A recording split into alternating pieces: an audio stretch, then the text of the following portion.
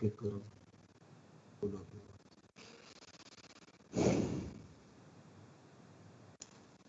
So, friends, I welcome you all, my senior colleagues. Sri Dupalia Sahib is looking on screen. Mr. Srikhanda sir, Dharmadhikari Sahib, and all my trusty friends of ISSE, team of ISSE who is working on this program to prepare. And I welcome all my student friends for whose benefit this program is designed on this inaugural function of ISSC students on Telegram group.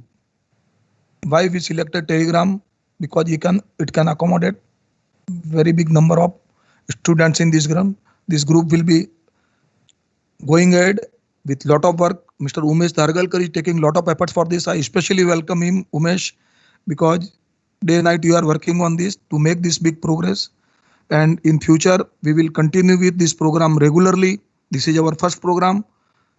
I wish all of my colleagues and my friends to make it very big success. Now I request Hemant to take over for further.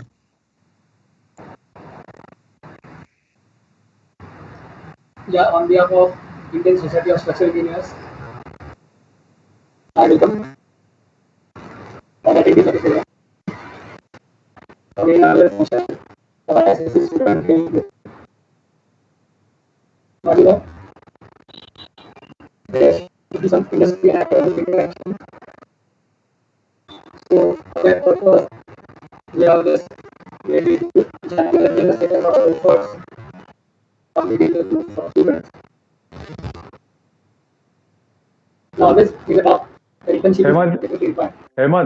Hemant एक minute हाँ तुझा आवाज NEET आहे या may I request all of you to please switch off your videos so that we get that bandwidth for Hemant to speak. We are not able to hear him properly.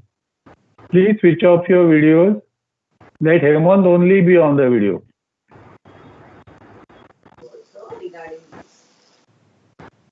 Please switch off your videos.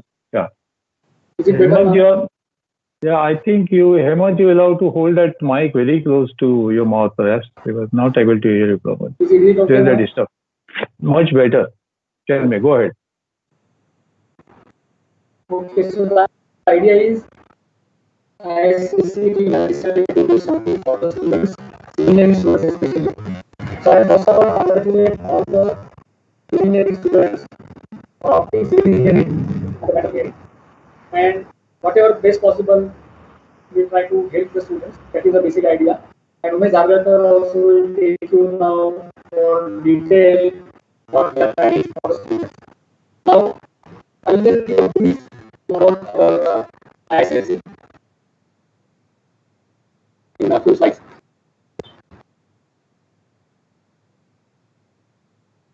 Hemant, voice is not coming. Can you, without wire, you can operate? Can you directly operate? No, I am holding the mic now close now. Can you, is it better now? Can you hear me now? Now it is better, but still it goes away. You know. When you start talking, actually. Okay. But Okay. Can you see the screen now? Can you see the presentation screen now? No, you have to share your screen. Yeah.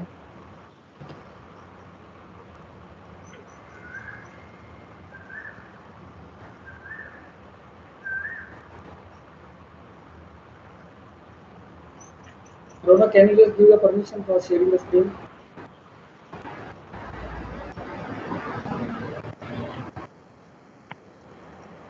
Ronak,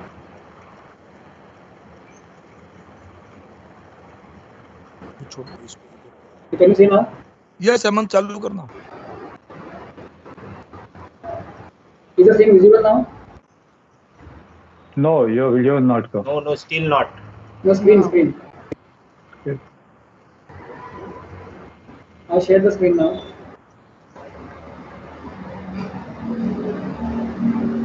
There is a screen sharing button on your screen, no? Yeah, I have done that.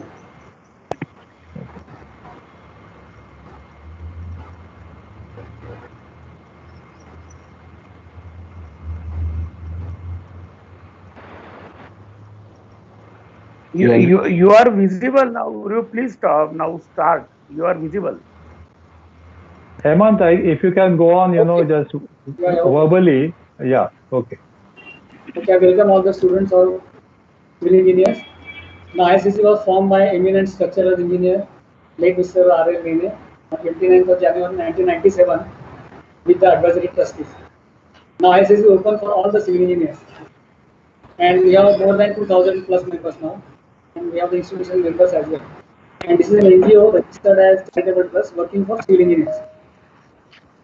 Now, in short, we have all the information and our website as well. You can visit that for our aims and objectives.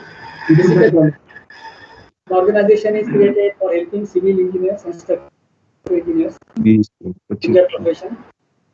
Then coordinate with the government organizations also for various bodies, for various bylaws and the problems faced by engineers. Of course, to assist in certification, so that is the basic objective. Similarly, to appraise all the state and semi-government bodies, corporates, including municipalities and all, to form their bylaws. So ISSC is helping the government bodies as well. And of course, to update all the members on the development of various fields of structural engineering. That includes the designing, computer programming, construction, application, research, feasibility testing, and teaching on these fields. Now, a senior field that is encompassed by various verticals like structural designing and detailing, computer software, material technology, then teaching and research development, rehabilitation of the structures, construction technology, technical and foundation engineering, environmental engineering, non-destructive testing, bridge engineering, and other related branches. So, all civil engineering is encompassed over here. We have some local centers as well: Pune, Solapur, Aurangabad, Kolhapur, and Mumbai. And we are trying to open some more centers as well. Similarly, we have students chapters. 5 student chapters we have started, and then in the future, I think we are planning to have more student chapters also. Now, since with the lockdown, we can't physically meet anyone. So Sampla Jain has promoted idea, why not to do on the digital platform? So that's why we can reach to more number of civil engineers now. And we have different type of membership like life members, corporate members, junior members, of course student members. And as I said, we have over 2000 plus members. We have publications like quarterly publications we have for civil engineers, and we publish definitely the case studies, the latest knowledge about the software programs, the designs, and so many things. So you can just see these are our available. And we want to of course publish more technical information with contribution from our members. We publish again the journal, so that is available on our website. You can download it. Our website also has a lot of information like technical references and other technical information. In the events, we have lectures, we have seminars, workshops, activities also there. The main focus now is interaction with students. So this is what a program we have today. And of course, interaction with professionals and academicians. This is the academics and the platform for the social work. So we have to keep learning and share our knowledge. So I request all the students also to become forward and join us in sharing the knowledge. We can just start some more academic also. Join hands with ISSC to take our sustainable and sustainable and helping nature. So this is the time we thought that this is the time for giving back to society. So whatever we got from the society, it is time now to give back to society, and this is one of the small attempts from our ISSC to interact with the students. So now I hand over to Mr. Vedar. We will just let you about what I am doing for the students.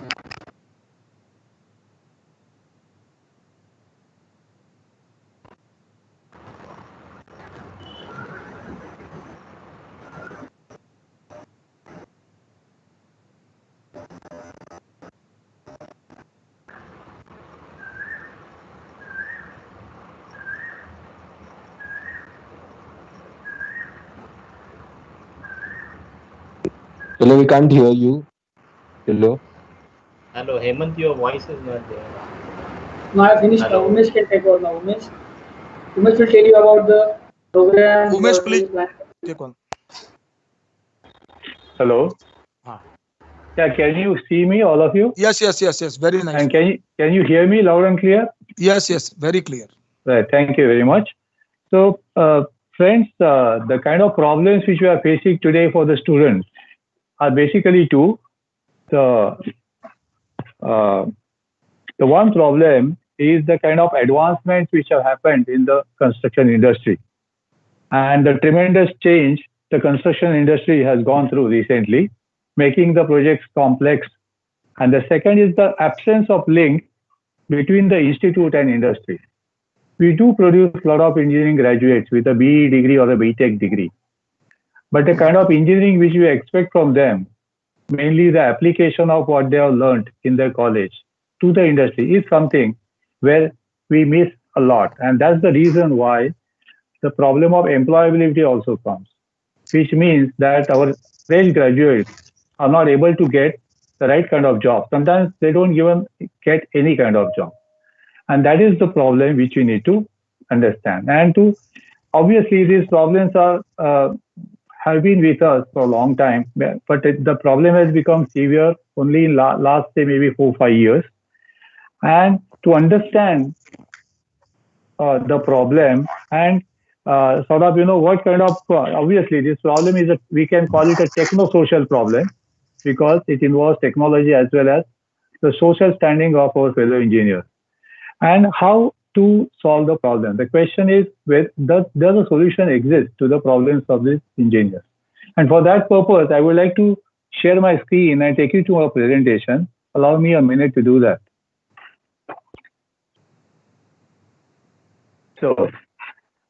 So the first thing which ISCC thought, especially I would give a lot of credit to Mr. Shantilal Jain, who has taken a lot of initiative to form a student help group, which exists on the platform of Telegram and which has about 1,500 students registered there.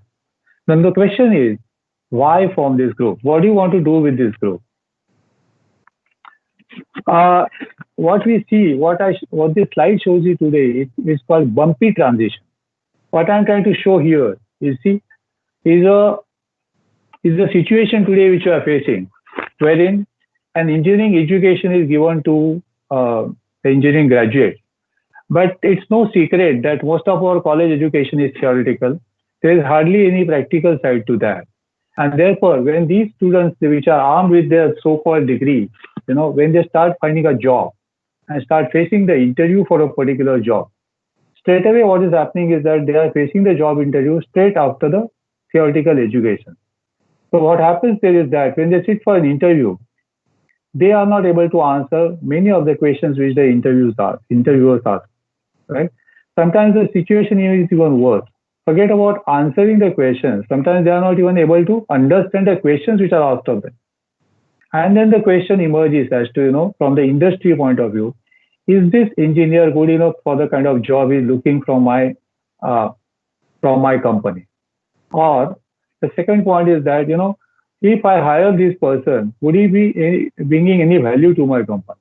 So what you see here is that I call this bumpy transition because it's not a smooth transition. The engineering education, so the engineer, even if he gets a job, then what happens is that he has got a job, all right, but then industry and his knowledge, the difference and the gap is so wide that he still misses the skills which are required to fulfill his job at that industry. So what could be the reason for this?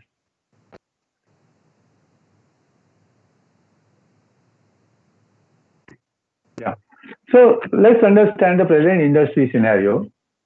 Also, first and foremost, today we are dealing with structures which are modern and complex. They are, then the projects also which are very, very big. Sometimes we are dealing with long geometry, structures which involve intensive services. Sometimes there's a requirement for environmentally sensitive projects. Like in say metros, we have to do deep underground structures. So these structures are these modern structures are quite complex. The second point is that unlike before, presently a lot of stress is given to skills, right? Now, what is a skill? Earlier, people were talking about engineering knowledge. But when a knowledge is applied in a particular way, we are necessarily talking about skills. Now, what is a skill? It is the ability to do something well, especially because of training and practice. So the question is, our engineering graduates, do they have these skills which are expected from them? So because of which they'll be able to do something well and perform their duties at a particular industry. Now, talking about the skills, I have a separate slide which I'll be dealing with the skills a little later. The third point which we are faced today with is the technology integration. Earlier, we had the software, we have been using software for analysis and design of structures for many years.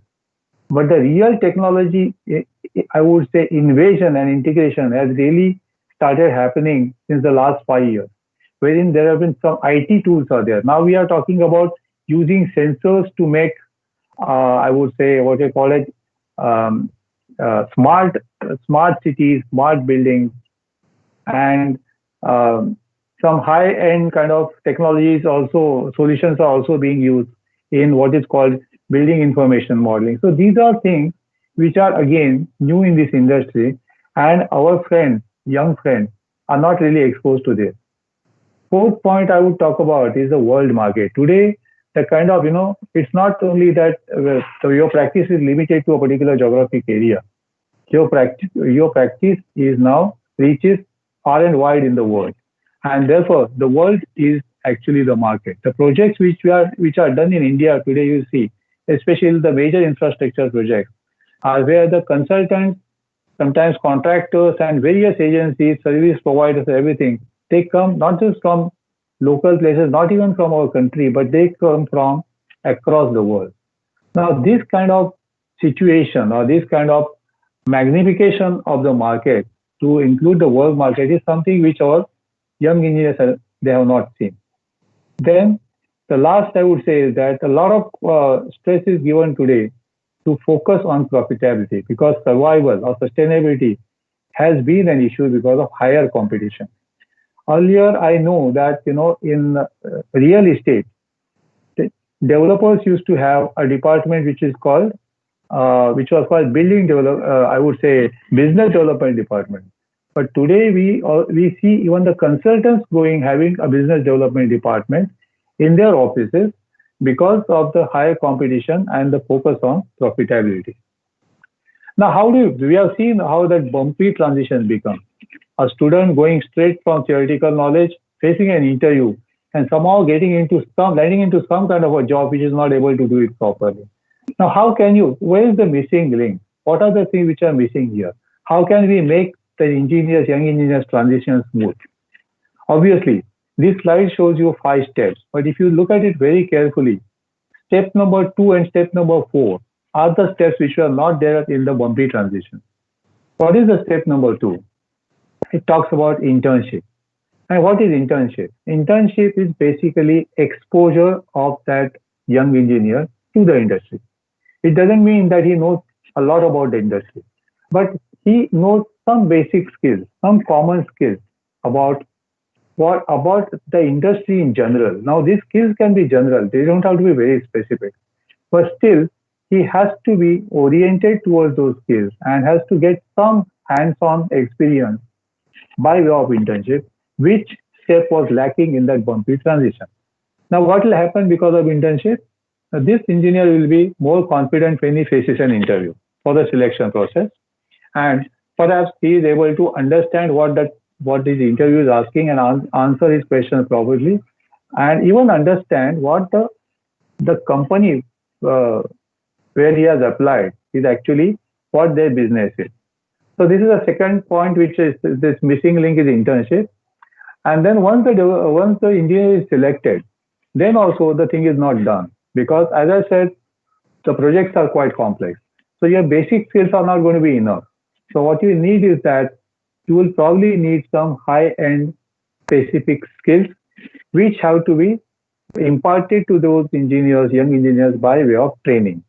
Perhaps this is done in major companies. I've seen that when the companies they hire these engineers with some basic skills, they take it on themselves to train them for the specific skills which they require.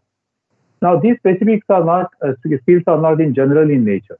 They are very specific, particularly useful to that industry or to that company.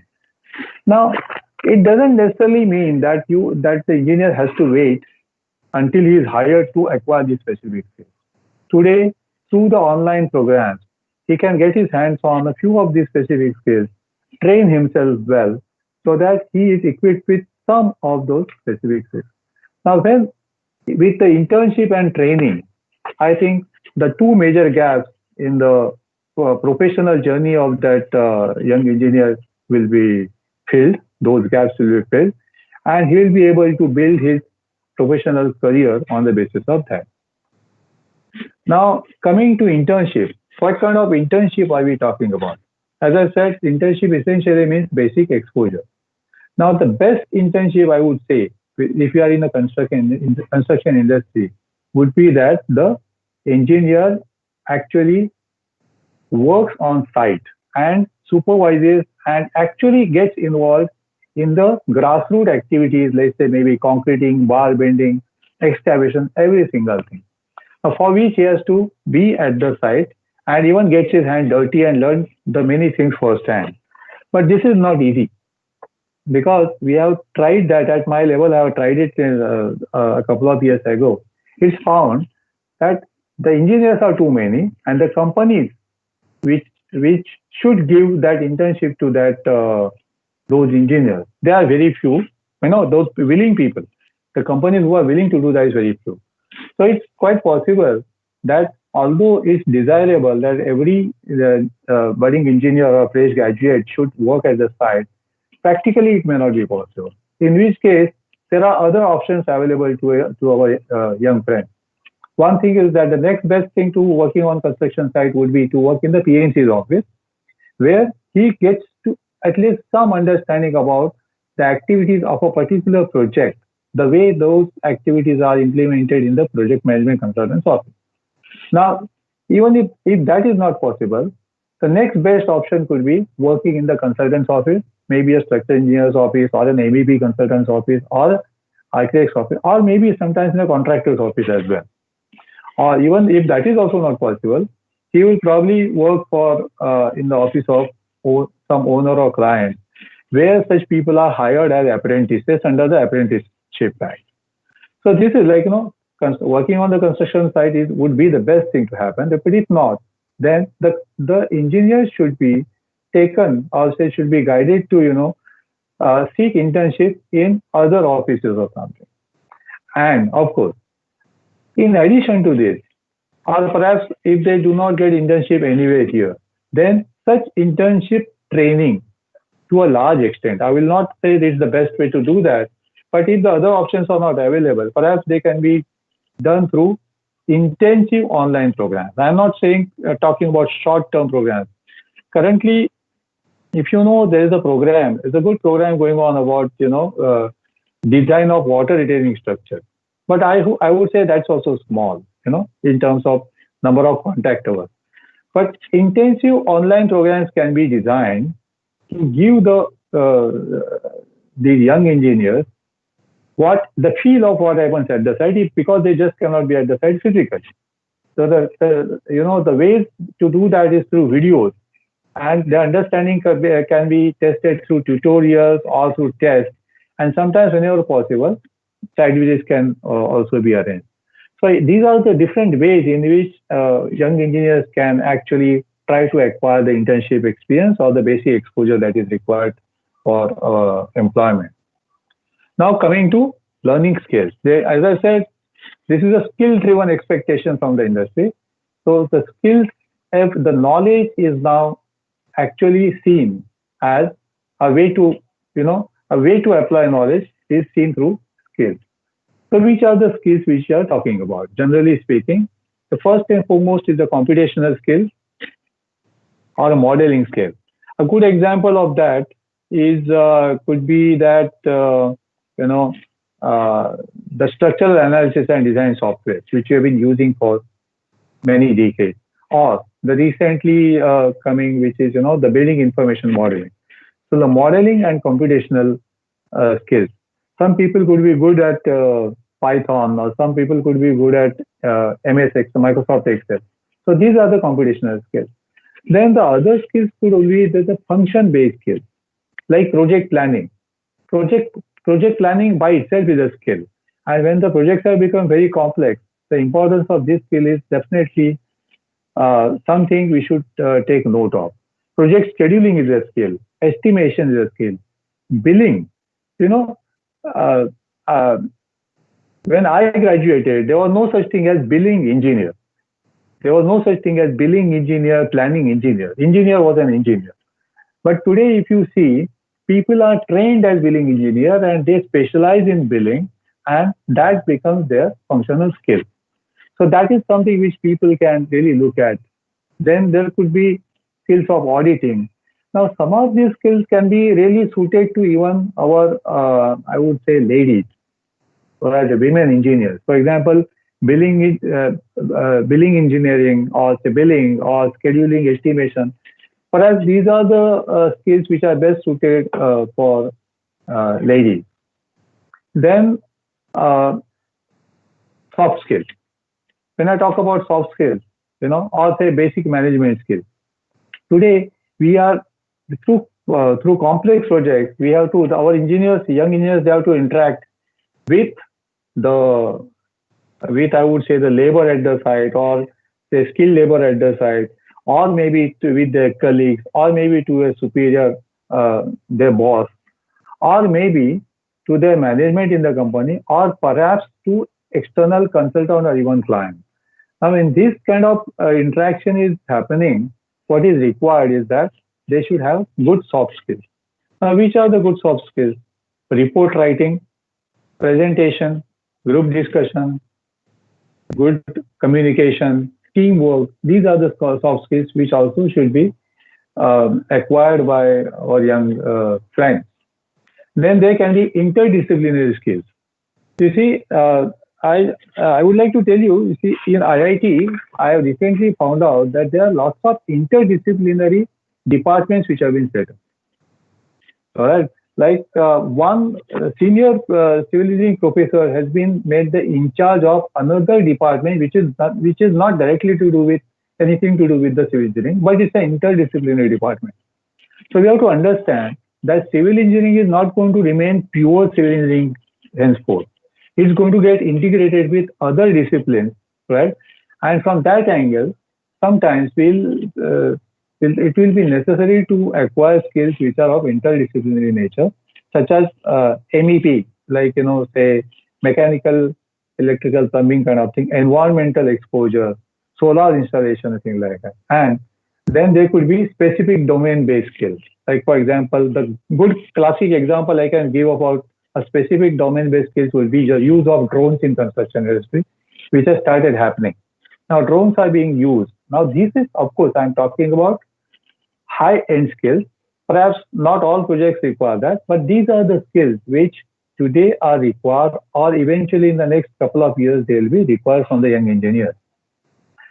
Now, actually, I would like to take a break here, and I think, let's proceed to the next stage of. I would like to invite Mr. Shrikhande to do two things here. One is that we would like this group to be inaugurated through the hands of Mr. Shrikhande, and then he will proceed to give a talk on that. So may I request Mr. Shrikhande to come to unmute himself, please.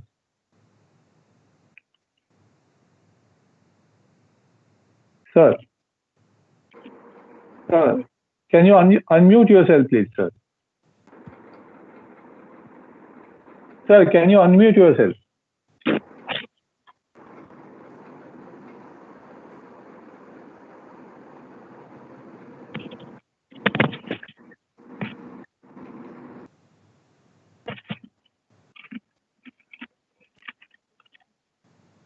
Sir.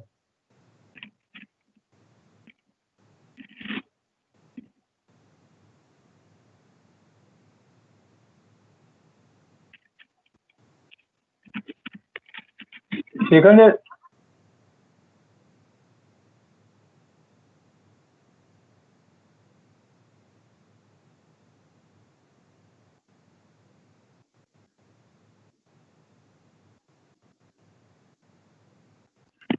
Shikhande sir.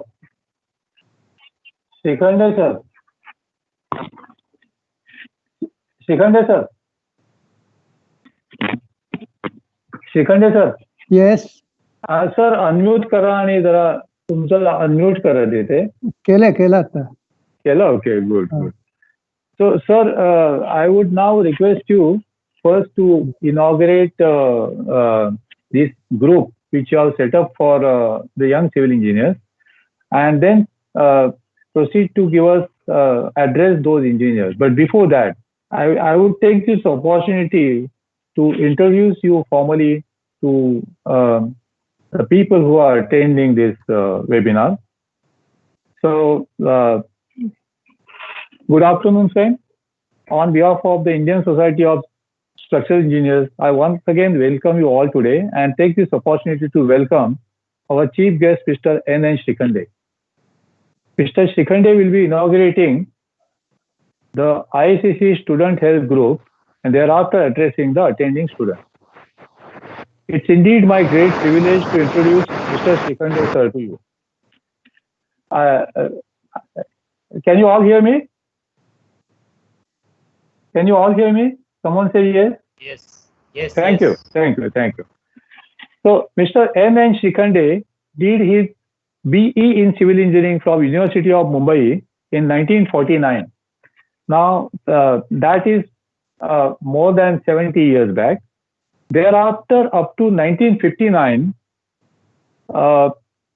so that was the year when I was born. You know, that time he worked in India and UK on different assignments, which covered design of RCC structures, bridges, and also supervision of sites. In 1959, he founded his own consulting firm and worked as a partner. Then, in 1978, so the same firm which I had founded as a partner became Shikhande Consultants Private Limited, and now he is the chairman emeritus of that firm. During the 7 decades of his professional experience, mind you, 70 years of his experience, Mr. Shikhande has handled thousands of assignments concerning structural design, roof checking, construction management, structural rehabilitation, technical audit, third-party inspections and monitoring, arbitration, conciliation, and so on. So you can appreciate the kind of experience, the varied experience he has got. Perhaps there could be very few people who have handled and worked at such a large spectrum of engineering activities in construction industry. Mr. Shikhande has worked on several committees and has been felicitated by several professional bodies. He has also written articles and lectured on various subjects. I must say that Mr. Shikhande is truly a multifaceted personality, perhaps the most appropriate person to introduce the students to the diverse range of the fields of construction industry, of which he has been a part for the last 7 decades. I wholeheartedly thank Shikhande sir for finding time to be with us today. And may I now request him to formally inaugurate the IICC Student Health Group on this virtual platform. Sir, you only have to say that the IICC Student Health Group is inaugurated, because we are on a virtual platform. Yes. My esteemed colleagues in the Institute of Structural Engineers and my most recent new engineer friends. With all formalities over, now I declare that this group, Student Health Group, stands inaugurated. Thank you. Thank you very much, sir. May I now request you to address the students and all the people who are attending this webinar. Thank you. Just a minute, sir. Please, I request all the other people to be on mute and be out of the video. Just close the video. Thank you very much.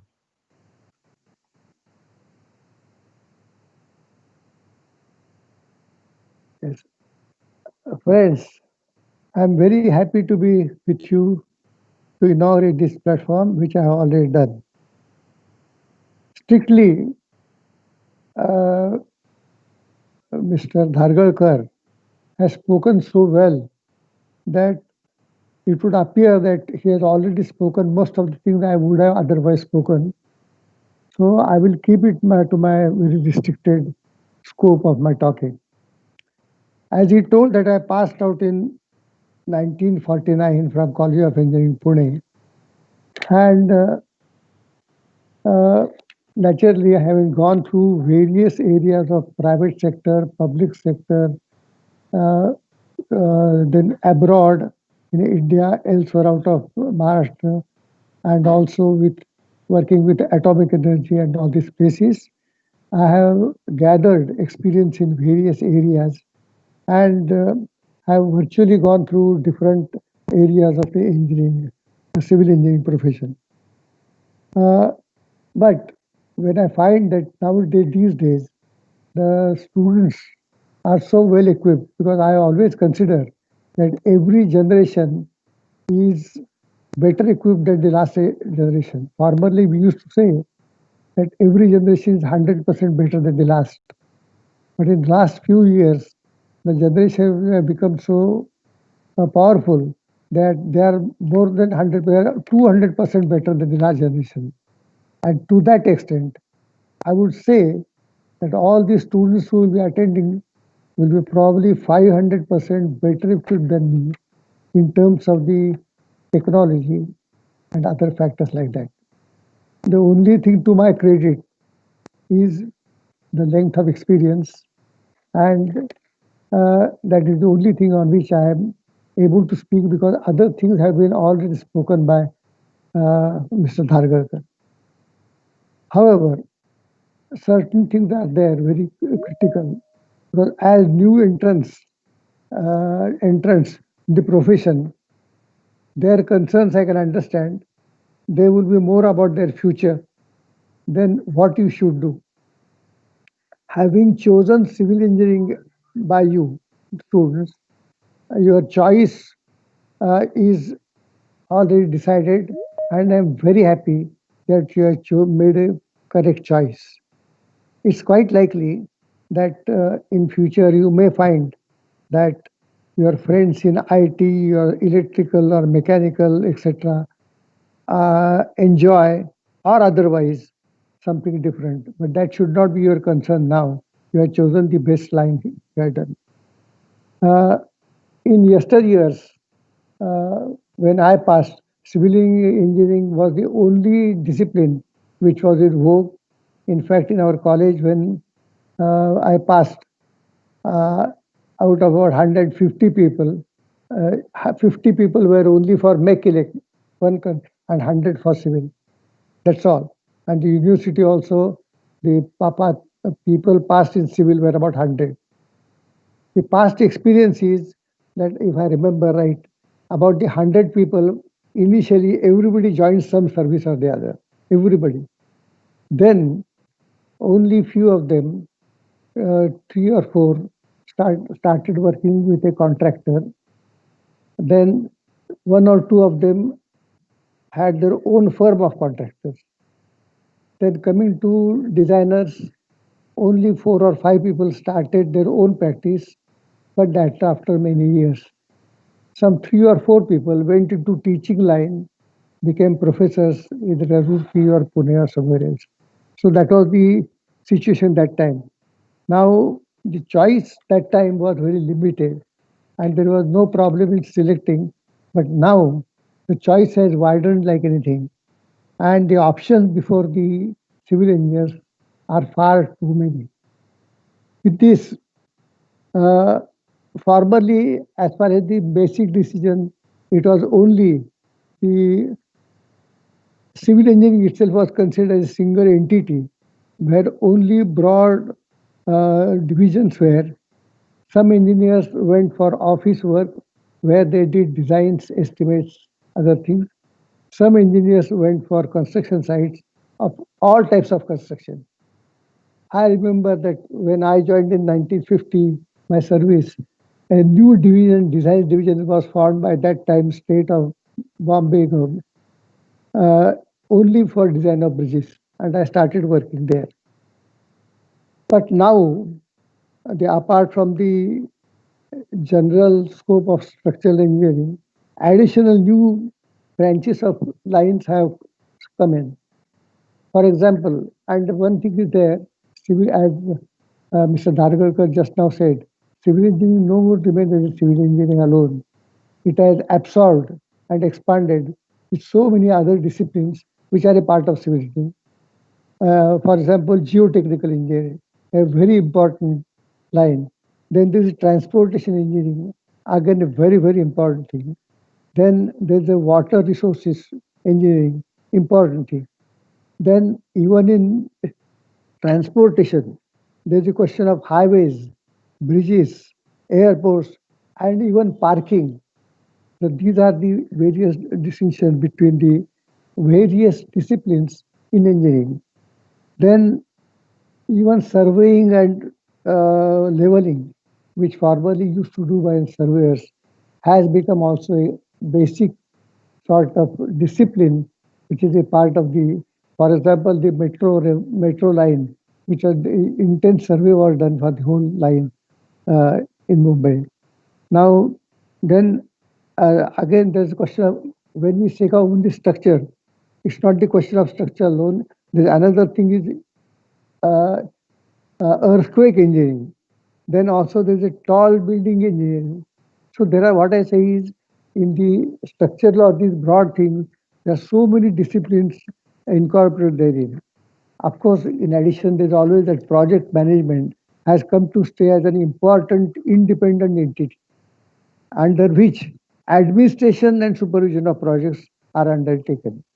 So the expanse is huge. It is spread out on this area. In fact, I would say what is not IT, what is not mechanical, what is not electrical, or what is not electronics is all civil. You may call it in different names, and that is the expansion. Now, another very important thing is computerization. Now, I am new to that because uh, you may be surprised that in 1960, I was asked to go to TIFR for some work when I was working with atomic energy. That time, my boss told me to go and see, have a look at the computer. So when I went to TIFR, I found that there's a big room where how the computer was installed.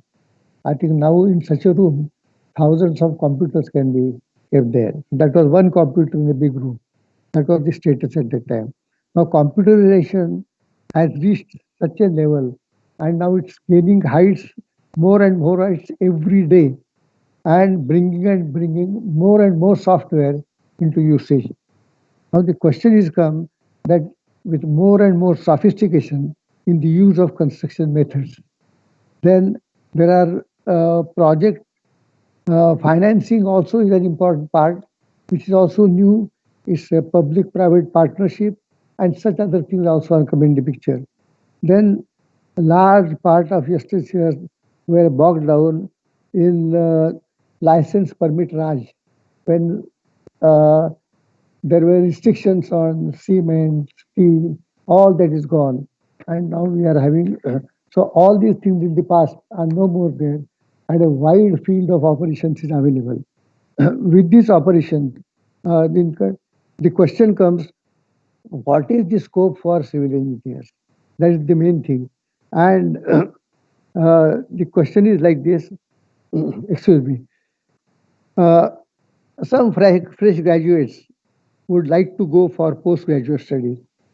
Definitely, it's very good, no doubt about it. But I feel personally that this should be done after gaining some engineering knowledge uh, at some places in some company, firm, or site, or whatever it is.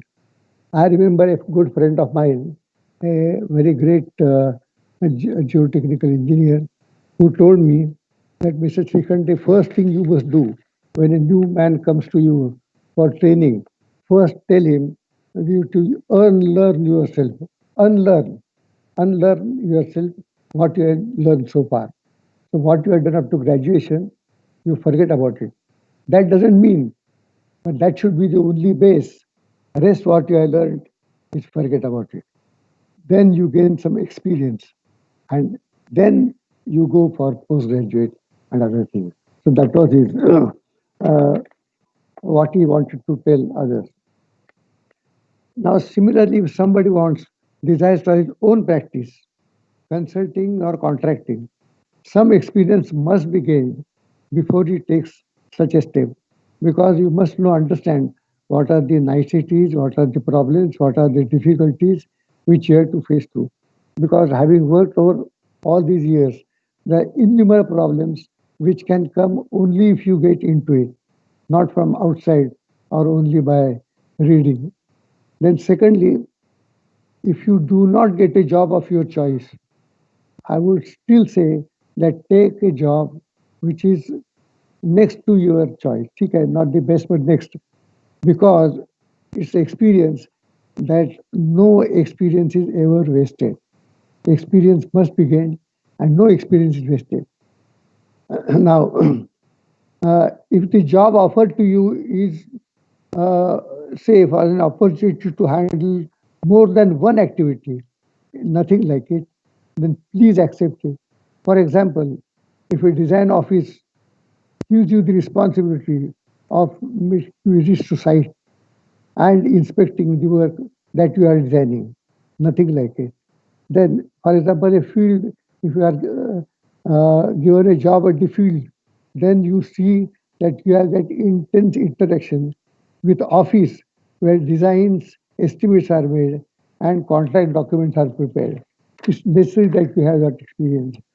So it should be in a different area. Now, another very important thing is that you must have constant habit of studying.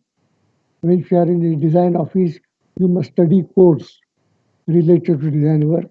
Then always ask questions. And after you get the replies to those questions, ask further questions till you are satisfied. Because nothing like interaction like that. Otherwise, you merely follow, somebody tells you or somebody asks you to follow a code, you do it. That is not what is expected or should not be done. Then, now you know that no more calculations are no more made now. Calculations are gone. They are no more. They are only a history. Now everything is left for the computer to work. Now, whether it is complex calculations, modeling, drafting, detailing, designing, everything computer does. But then it throws greater responsibility on you because you know the basic principle. At least I know only that at this age, we go garbage in, garbage out. So that should not happen. You must be very, very careful. And for that, you must have good feel of the structure which you are designing or good feel of the work you are doing in the field also. Now, with this, the question will be what are the future prospects in India? Because always there is it is said, what happens in India? There's always a negative approach many times. And I would like to say this negative approach should be totally shunned. It should be shunned. Uh, you may be surprised to know that strictly in terms of because they consider that the index for determining the progress of a country, it depends on the consumption, production of steel and cement and consumption of steel and cement. Now, if you see the first criteria, as far as the production is concerned, we should be happy that in terms of cement and steel, we are probably the second highest producers of these commodities in the world.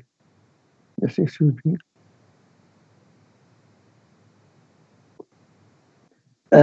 Just as a matter of interest, I would like to tell you that when I passed in about 1950, 49, the total cement production was less than 3 million tons.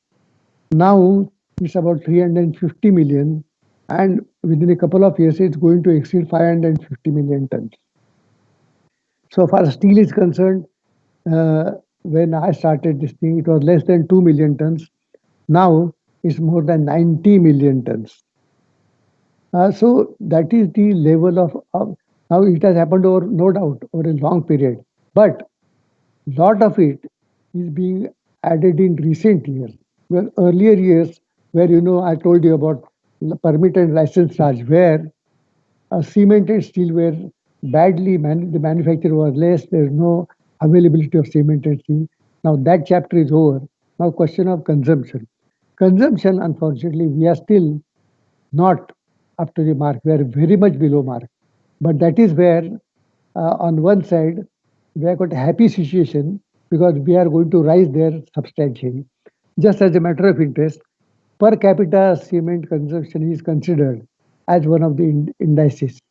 Now, in India, that is about 150 kg per capita, while Japan is about 600, while China is over 1000. As far as steel is concerned, India is 75 kgs, world average is about 225, and China is about 600. So these are the disparities. It shows that while our production is now substantial, its consumption is not yet what it should have been. But the bright part is there is a there are now targets set. In fact, you must be knowing that in recent many years, the development part is going up. That's why we know never had any scarcity. The immediate targets are housing for all, then water supply to all the households in at least 500 cities, and then there are infrastructural jobs where all highways, then renewable energy, and urban transport.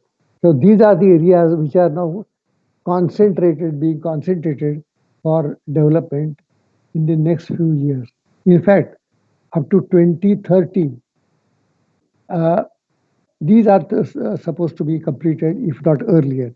Now, this will require a large number of people because uh, although we are producing, as Mr.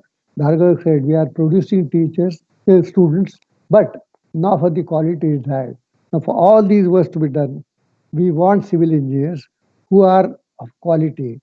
Now, this quality can be done, as I already said, about training programs, training to the students, training to engineers, and then only they can be. Otherwise, they will be half-hearted everywhere. Now, experience, ultimately, it must be understood that experience and responsibility both are critical factors for all engineers.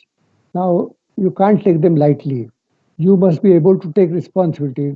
Don't shun responsibility, although it may involve a lot of problems for you. You must take responsibility and you must gain experience because that is the only way you can do it. Because they say that in the next 10 years, maybe we require about 4 million civil engineers for our working here, and there will be something like 7.5 crore workmen will be working in the country. Now, with this, it must be known that there is a huge scope. We should know it. There is sometimes a negative feeling amongst civil engineers that they are paid less, they are given less opportunity, then other areas are much better, all sorts of things. But that should be left aside. One has to be very optimistic because then only you will work, then you will do work. Now, for example, in that case, I would say that we always speak of big people in various fields, but we hardly speak of big engineers in our civil engineering field. And I would like to make a mention of two, three people just for information. One who I very almost love a person is Thomas Telford. He was 1757 to 1834. It was even before concrete was developed. Concrete came in the 20th, 1900 odd. But he was before that. But his greatness was like this. He came from a poor family, worked because his father died at an early age. He worked as a stone mason from the age of 14. At night, he worked at night school, tried to learn everything possible in engineering, and he had a lot of dreams in his mind. What he did, he was fortunate that somebody found his spirit like this, and he encouraged him. With result, that he went on doing more and more work. Then he was appointed as a surveyor. As a surveyor, he went to various buildings and there, what is the status of the structures and all these things. In one church, he said the structure is so bad that it will collapse anytime. And when the report was given after 3 days or 4 days, the structure did collapse. Probably the first person in the world who he was got uplifted to a big level because of a collapse of a structure. Now that was the situation then, but he didn't halt there. He went on getting himself educated, so much so that he had the idea of suspension bridge. He had idea of small bridges.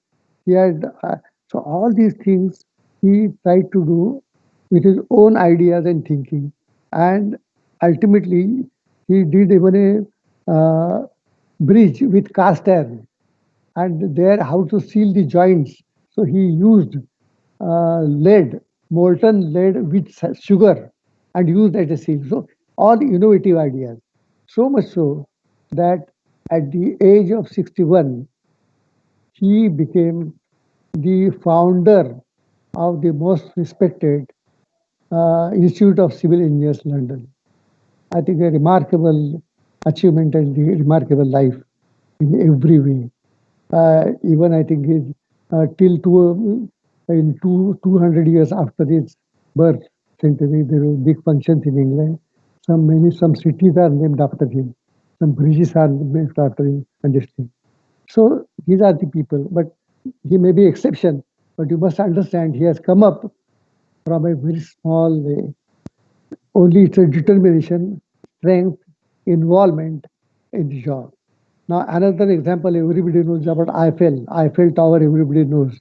Now, he is a German born engineer who had this idea. He made some sketches with his friend, and so he was heavily criticized by intellectuals in France, by big artists in France, by big architects in France for saying that a very what a horrendous structure is going to spoil the whole city. And now he worked that. He was after it for years and he saw that a 300-meter Eiffel Tower was constructed. So such are the people. Even now there are people in all over the world who have come up from very small background, not necessarily big background, and they have now. One more example I will give that is related to uh, Professor Schleich. Professor Schleich is a professor. He's still living. He's living. He's, I think now 86 years old. He's living. He's a professor, but he's a structural engineer. The Vidyasagar Setu in Kolkata is a bridge was constructed, was designed by him. He had also designed solar chimney. One very important part with him is that he has a tremendous interest in students, tremendous interest. He spends a lot of time in training students so that he expects them to come up and be useful to the society. And he always says that he believes that these students should have excellent knowledge of engineering and also along with that should have an integrity, unimpeachable integrity when they work. He has been struggling like that, and that's how he basically. Actually, I had the pleasure of meeting Professor Schleich when he came here, when we were a part of the original design team for this Worli Badra sea phase. Now, I think a lot can be said, but I do not want to say more because many things which are more recent in times and more appropriate for the present things which Mr. Dhargarkar explained, I would not like to speak. Now I thank the functionaries, senior functionaries of the Institute of Structural Engineers for giving me an opportunity to speak here, be with the students large scale because they are my youngest friends in our profession. And I'm very, very happy. Thank you so much. Well, Thank you, sir. Thank you for inaugurating this group, the group activities, as well as for this wonderful talk in which you have shared your thoughts with us and also uh, given us some legendary examples about engineering and also motivating people. Thank you very much. Now, I would like to now say we have identified so far that yes, we have identified what are the problems with the engineers and what needs to be done. Now, in that, since this group is formed, now you may be wondering about what would be the roadmap. What would be the roadmap? What do you want to do now?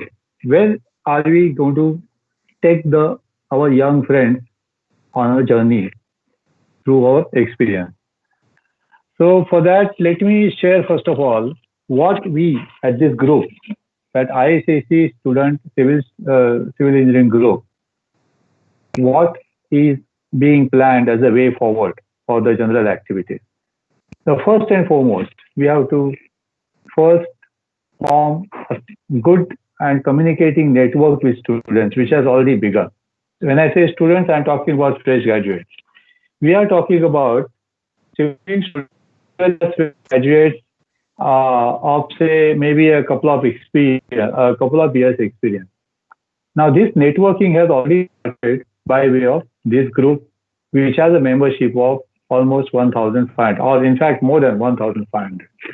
And the question is now that what do we do with this group? Now the point is that the network is there, the group is there, but we now we would like to understand what the problems are, what the interests are, and what could be the expectations of our young engineers. Just a minute. Huh?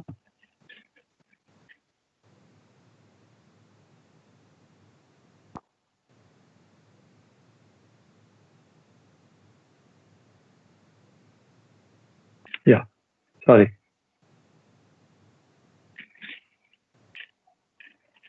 So what we want to do now is that network with these students or these 1,500 students, and the more students will be joining the group, and send them a Google form wherein we'll ask them to send what they expect from us, the seniors, to do for them, as well as what they see as their own problems, because we need to understand the situation from their point of view. We as seniors may look at industry in a particular way, but we also have to understand what the our young friends are looking at and what are their concerns and problems, and simultaneously what are their interests. So that is the first step in our way forward. Secondly, like that, we also need to connect with the industry or like-minded people. This has also started happening. We have already conducted one meeting which was attended by almost 35 experts who came in and shared their thoughts and also shared that they would like to do something for the young, bright mind.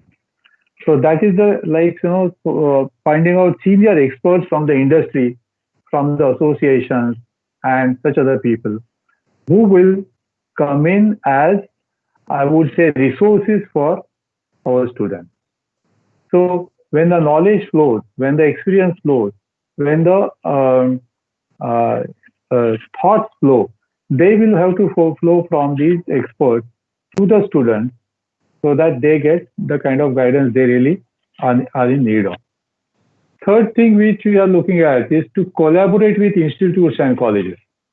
Perhaps what is required in our colleges is perhaps a systemic change or perhaps a reorientation of the curriculum. Of course, that's not easy to do. And although the industry would be highly willing to collaborate with the institutes, perhaps that change may not happen. But this has already started happening, because I know that in IIT they have developed one new way of teaching, which they call as split classroom. I was part of one training session of that flipped classroom, and I think that is something which is the thing of the future. So we also, when we are dealing with these institutes and colleges, we will perhaps be able to interact with their students to find out what kind of projects can be given from the from the industry to the institute. And of course, the fourth point is to provide internship in terms of basic skills about which I talked in the previous slide. And then the further training is special skills for which I would say short-term training programs can be developed. I think people have already developed. Hemant Walalkar was telling me that a few experts in the industry have already started working on that.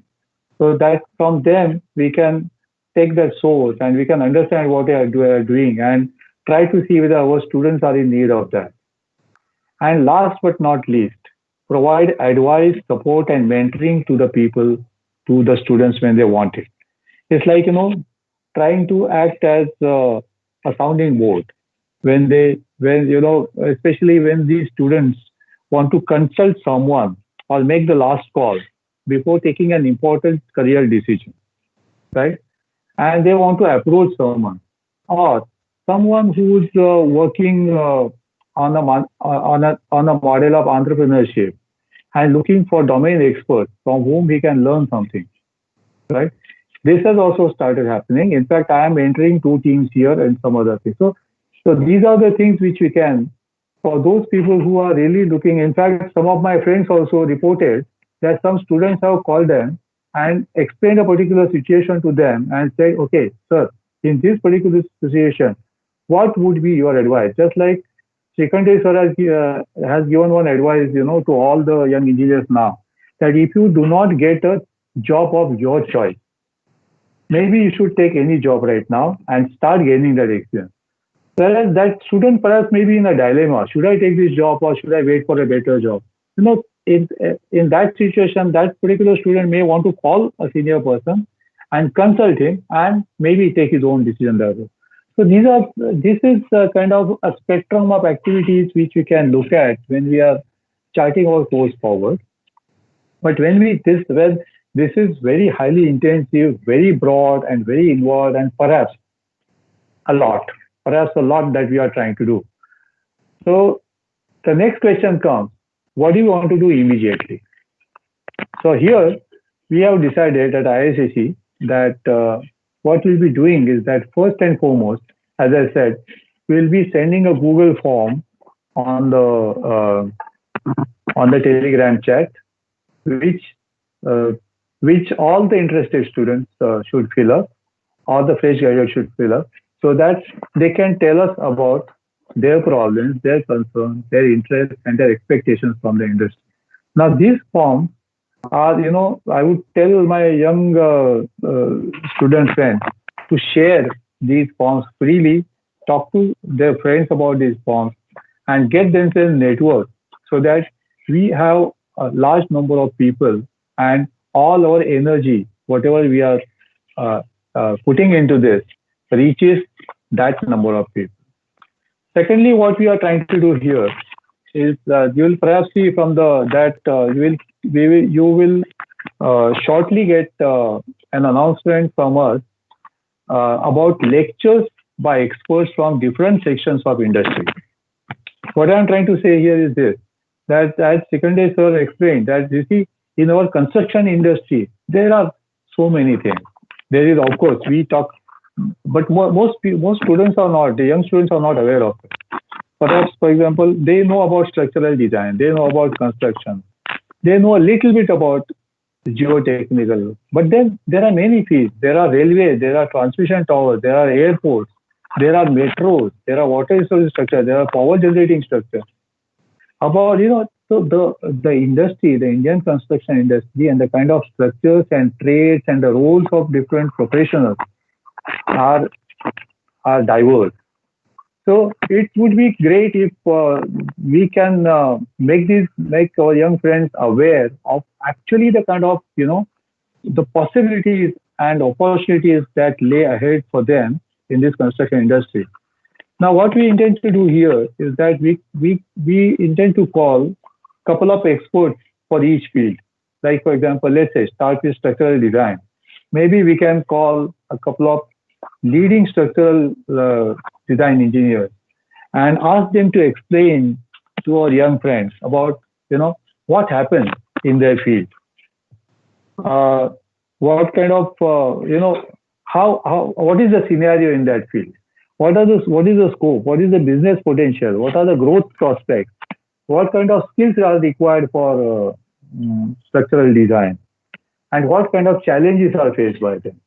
So let them come and share their experiences and give them from their own perspective about what lies in that field.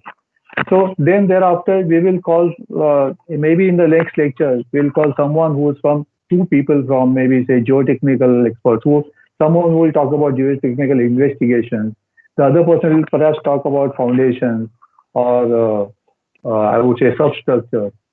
So like that. So we will select different fields, call the experts from our industry and request them to address our young engineers so they get a good understanding or say wider understanding about the industry, and maybe that will motivate from them, from there they can get motivated to find the kind of jobs which they would perhaps like.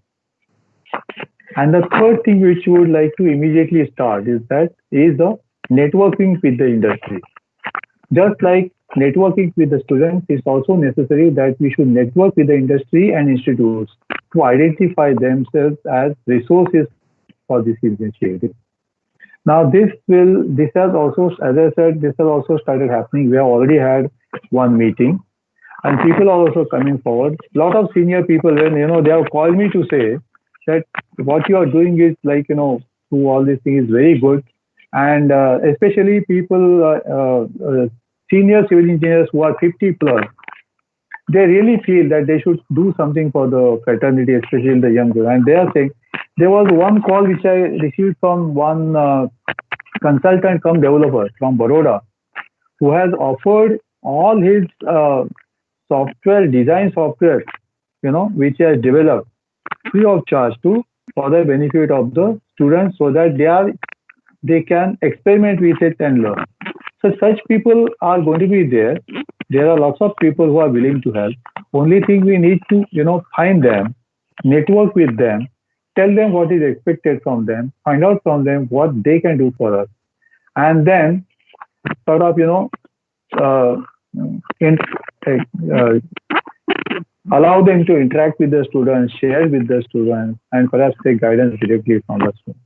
So thank you very much. I think this is what I wanted to share with you for today. And it's been a great afternoon. And thank you very much for allowing me to present this. May I now request Manasi to come and offer the vote of thanks? 1 minute. Tomorrow morning we have one lecture by Sri Satish Dupalia. I will send you links. So kindly join tomorrow morning at 10:30 with Sandeep Polytechnic. We are having some technical program. I will send details. Okay. Thank you. Send it on the same group. Yes.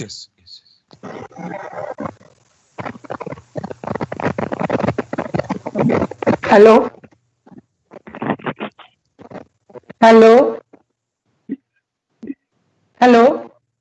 Yes, madam, boliye.